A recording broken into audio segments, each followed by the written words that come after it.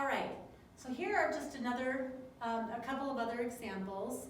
You're not learning anything new from the last video.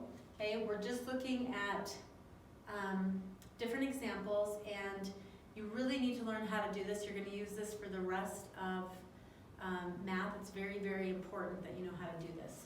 So, okay, so I look here again.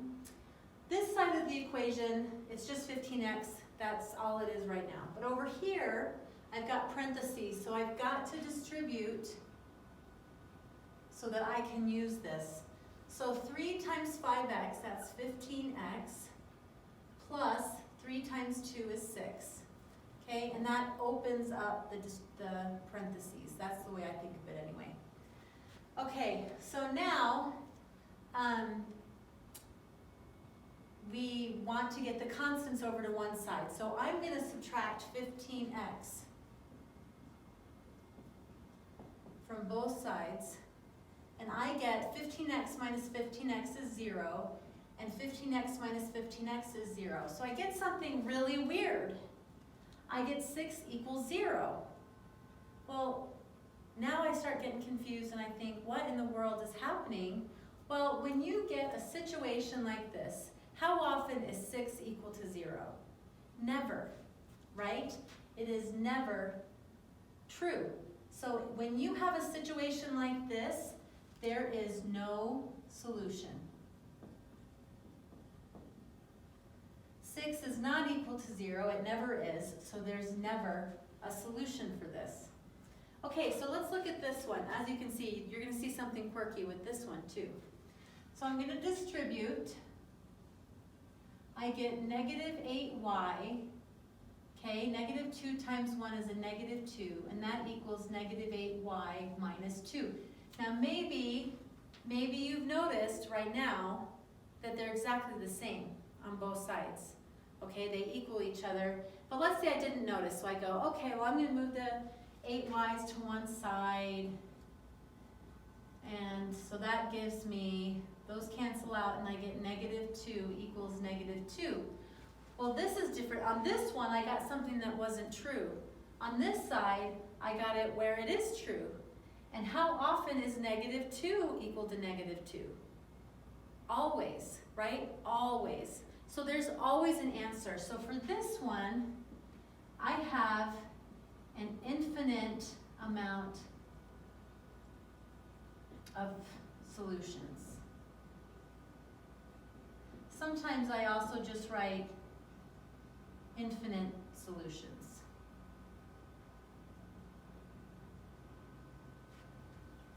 Okay, so when they're not equal to each other, there's no solution. When they're equal to each other like this, then there's always a solution. There's an infinite amount. And of course, if you have x equals something, then that's the answer. All right, so now I would like you to try these.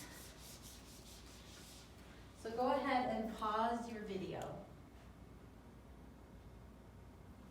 All right, so let's see what you came up with. On this side, again, I need to distribute. And I get 4 minus 4p equals negative 4p plus 4. And maybe you've noticed that these actually are the same thing. They're just flip-flopped. Okay, but it is the same thing. But let's say I didn't notice. And I add 4p to both sides. Well, negative 4p plus 4p is 0, so I'm just left with 4 over here. And those cancel out too, so I'm left with 4 equals 4. And that's always true, right? So I have an infinite amount of solutions. That means that I can put any value of p that I want in there and it's going to be true.